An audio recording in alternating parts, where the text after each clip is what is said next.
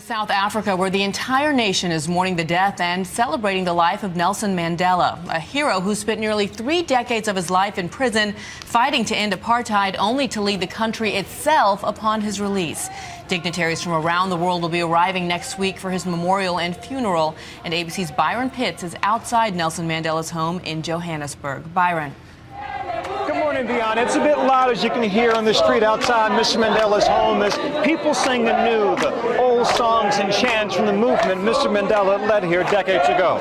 All day long here, a steady stream of humanity as people have shown up, oftentimes entire families, here to show their last respect to the man this entire nation so adored. As the world mourns the death of Nelson Mandela through song, dance, and tears, details about his grand state funeral are coming out. We should all work together to organize the most befitting funeral.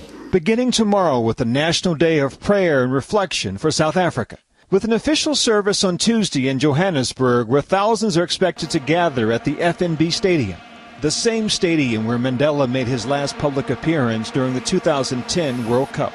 The services are expected to be the largest in generations, with prominent leaders and dignitaries from across the globe attending, including President Obama and the First Lady, who traveled to South Africa next week to pay respects, bringing along President and Mrs. George W. Bush. For 3 days, his body will lie in state in Pretoria, the base of the South African government. There, the public will have the opportunity to view the former president's casket. A week from Sunday, Mandela will be buried at his ancestral home in Kunu, a village on the Eastern Cape. Our potential is immense.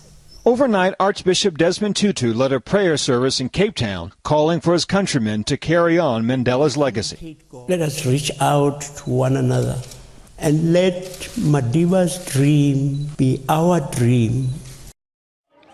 The mood here far more celebratory than sad, as people have made the choice to embrace what was given, as opposed to being just sad by what they have lost.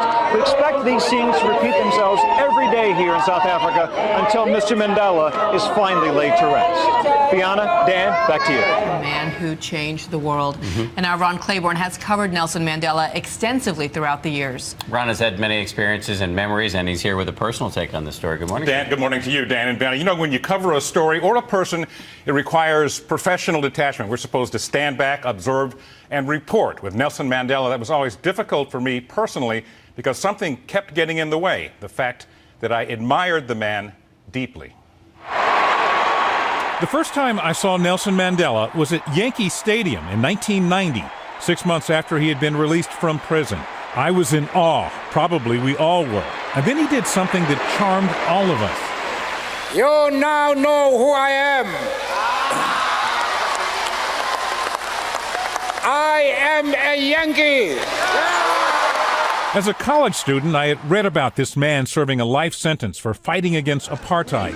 I was fired up by the slogan, "Free Mandela." Years later, at ABC, I traveled to South Africa, to Mvezo, his birthplace, and Kunu, where he grew up as a small child, and where he will be buried alongside his parents. I am outside of the private hospital where we believe... And earlier this year, I spent weeks in Pretoria, outside his hospital, as wave after wave of South Africans came singing and dancing, celebrating his life. Ironically, Mandela's hospital room was not far from the courthouse where, in 1963, he and 7 co-defendants were tried for attempting to overthrow the white rule government. The trial began in this courtroom in Pretoria. There was no jury. A judge would decide the fate of the defendants. The maximum penalty, death by hanging. A few months ago, I sat down with Mac Maharaj, a close friend of Mandela's, who had spent years with him on Robben Island in prison. I have read, and people who know Nelson Mandela have said that to some degree he felt burdened by being an icon.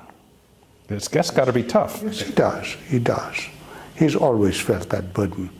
And that is why he then finds he has to go an extra distance to not to disillusion you. Mandela would often say he was just a man, not a saint. But what a very special man. No, you did not disillusion us.